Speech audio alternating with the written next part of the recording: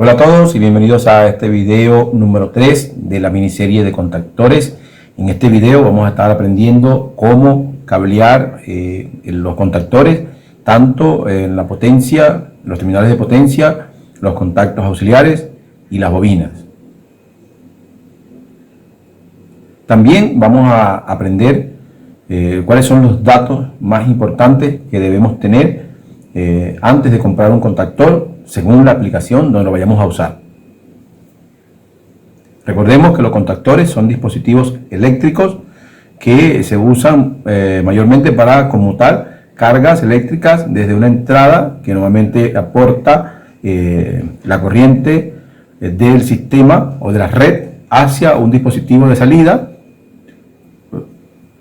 Más comúnmente se puede usar para control de paradas y arranque de motores eléctricos o para control de energización y desenergización de sistemas de control o de seguridad.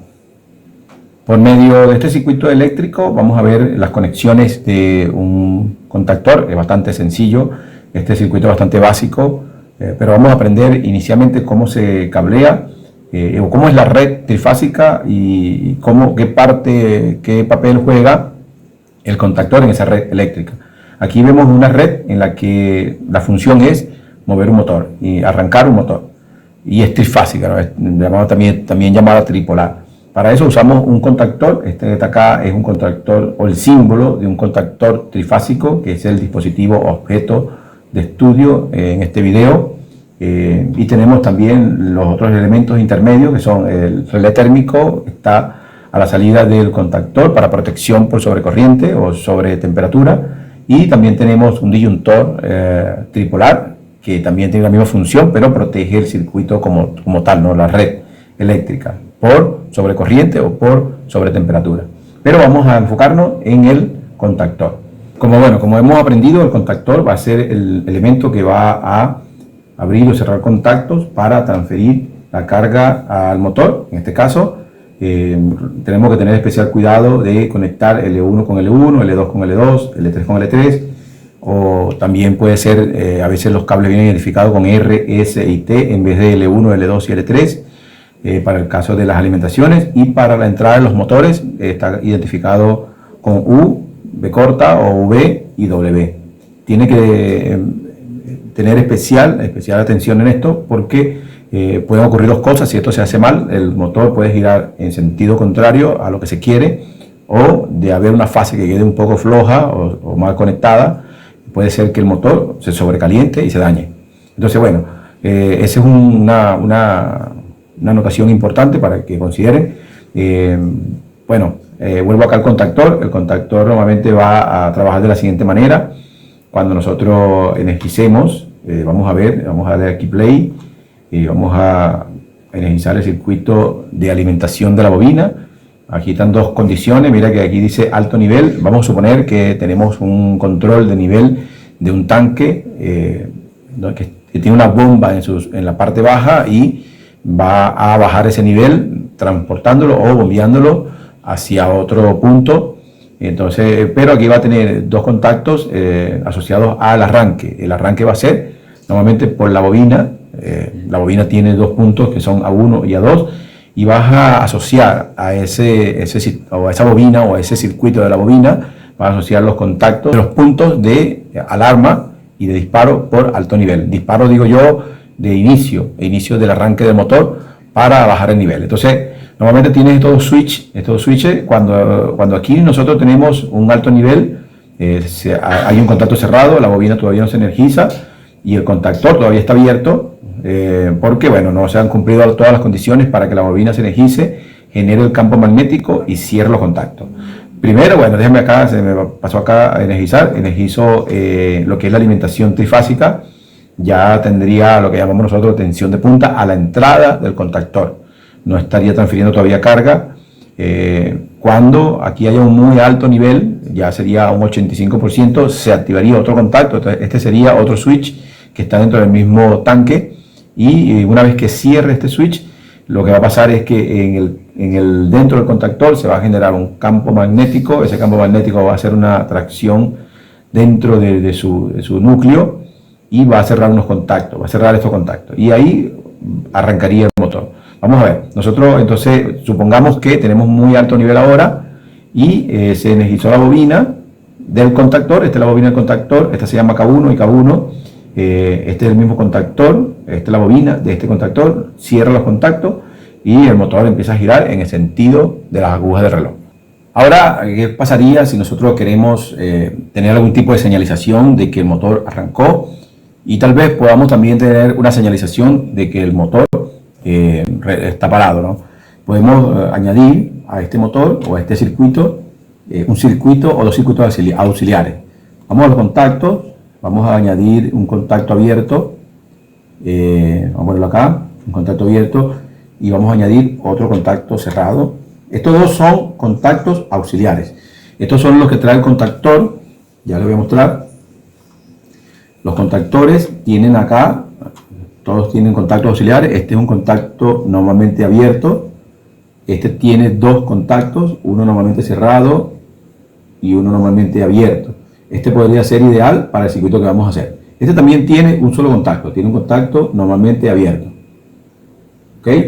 Entonces este tiene un solo contacto auxiliar, este tiene dos contactos auxiliares y este tiene un contacto auxiliar. En el circuito que vamos a hacer, vamos a necesitar dos contactos auxiliares. Entonces estaríamos usando el contactor del medio.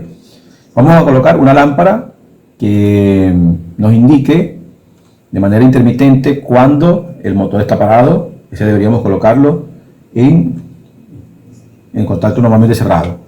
En el contacto normalmente cerrado va a fluir corriente, así la bobina esté desenergizada. Entonces ese va a ser el que nos va a dar el estatus de parado, cuando el motor esté parado. Por tanto vamos a hacer doble clic y lo colocamos, vamos a ponerlo rojo, no, verde. En motores, en el control de motores o en la señalización de motores, el verde es parado y el rojo es en marcha. Entonces vamos a colocar verde para parado y vamos a colocar rojo para marcha. Perfecto, esto lo va a hacer de manera intermitente. Le colocamos el mismo nombre del contactor, K1. Aquí lo que estamos es ahora configurando los contactos auxiliares del contactor, que era otra de las cosas que tenemos que aprender, otro de los aspectos del cableado, los contactos auxiliares de los contactores. Vamos entonces a conectarlos, vamos a ponerle acá el cableado, conectamos, que lo llevamos al positivo, ambos dos, y vamos ahora a conectarle el negativo.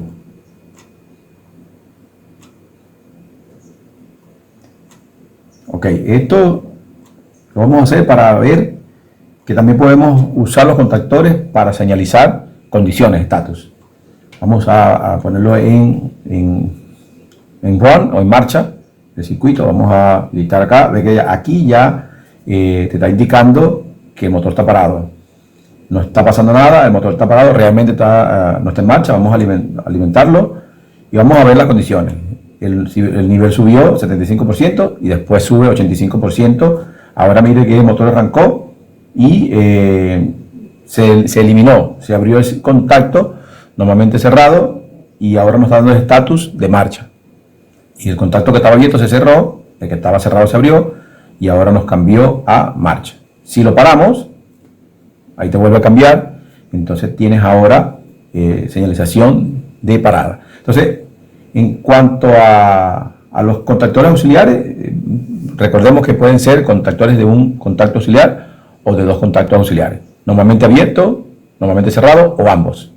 Como último punto, para cerrar este video y los objetivos del mismo, vamos a ver tres aspectos importantes que se tienen que considerar antes de comprar un contactor o antes de instalar un contactor. Hay tres elementos que son los contactos principales, los contactos auxiliares y las bobinas. En el caso de los contactos principales, tienes que considerar bien el máximo de corriente que va a consumir el dispositivo que va a estar conectado a él. Eso se llama corriente nominal, y también su potencia. La potencia se refiere a la relación entre el voltaje y la corriente. Normalmente va a ser la cantidad de energía que va a pasar por acá, por estos contactos. Hay contactores de 9 amperes, 12 amperes, 24 amperes, hasta 60 amperes, muchísimo más de ahí, pero lo que tienes que ver primero en el contacto principal, cuál va a ser la corriente máxima que ese contactor va a poder soportar. Y tiene que estar alineado con la corriente nominal de trabajo del motor. Por ejemplo, si tienes un motor que va a trabajar con tal vez 12 amperes, deberías colocar un contactor que pueda tener una carga, que pueda soportar una carga mayor. Recordemos también que los contactores no ejercen ninguna acción de protección. Los contactores solamente lo que hacen es conmutar los contactos para poder transferir carga, para poder abrir o cerrar contactos que van a permitir o no permitir el flujo de corriente eléctrica. Eso es todo lo que hace un contactor. Para la protección está el relé térmico, pero en este caso estamos hablando del contactor. Entonces, primer aspecto, cuánta corriente, cuánta potencia va a pasar por acá, por estos contactos. Obviamente que está también relacionado con el voltaje. En este caso es un motor de 380 voltios AC. Otro aspecto es lo que es la corriente. Vamos a ver el nivel de tensión de control de bobina y el tipo de bobina. Por ejemplo, hay bobinas que trabajan con 24 voltios AC, otras trabajan con 24 voltios DC, otras trabajan con 220 voltios AC. Es importante que se sepa con exactitud qué tipo de alimentación le vas a proveer, si es o qué tipo de fuente de energía tienes para el control, para la bobina, porque ya en los videos previos que he hecho, ahí pudieron ver que una bobina que viene diseñada para trabajar con corriente alterna, si le colocas una tensión continua del mismo nivel, se va a quemar, se va a dañar la bobina. Por ejemplo, yo hice un video anteriormente en la que un contactor que vino diseñado para trabajar con 24 voltios AC, le apliqué 24 voltios DC y el resultado fue que en 2 minutos ya empezó a humear porque se quemó completamente la bobina. Acá le tengo la muestra. Esta es la bobina que se quemó. Aquí la tengo. Se fundió, ¿verdad? Por sobrecorriente se dañó. Eso fue porque a una bobina que vino diseñada para trabajar con 24 voltios AC se le inyectó 24 voltios DC. Eso lo hice intencionalmente para que en el video se viera qué pasaba cuando hacías eso. Por último, tenemos los contactos auxiliares. Son también algunos contactos que están normalmente abiertos, normalmente cerrados, por los que va a fluir una corriente eléctrica específica y por lo cual deben estar diseñados para soportar esa corriente. Normalmente puede ser niveles de 24 voltios AC o DC, 120 voltios AC también o DC, o 220 voltios AC.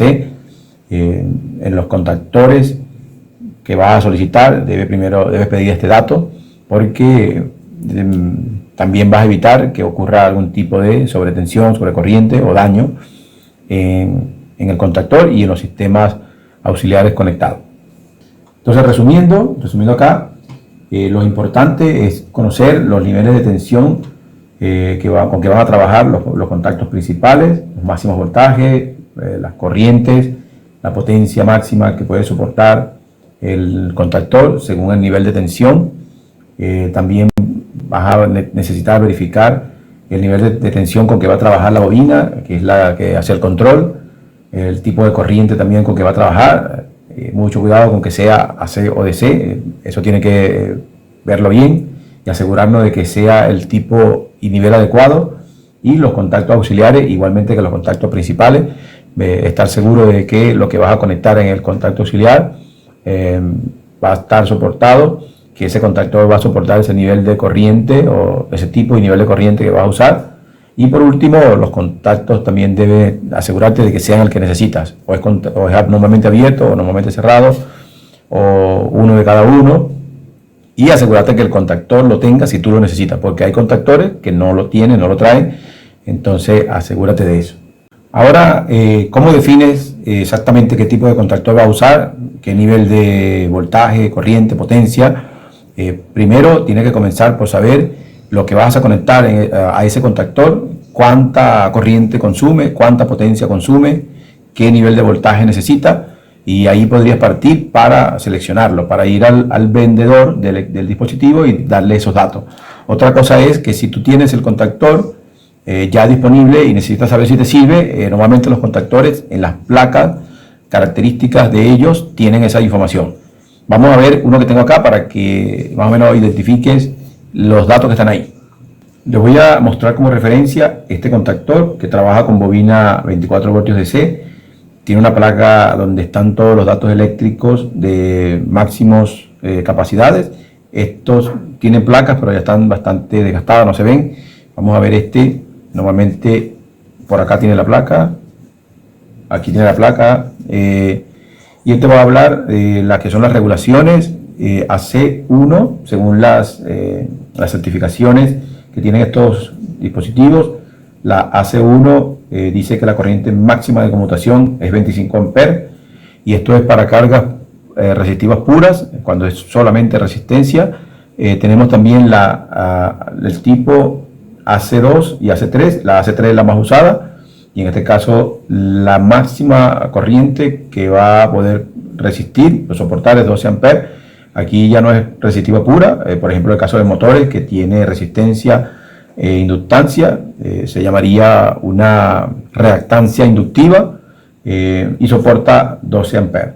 Acá abajo mira que dice UI y te habla del voltaje máximo. Aquí abajo, aquí no se ve muy bien, pero dice UI, ese es el máximo voltaje que puedes aplicar entre los bornes de este contactor y habla de 680 voltios. Entonces estos son datos importantes. Aquí tiene también los voltajes que puedes aplicar al contactor y la potencia máxima que va a soportar esos contactos.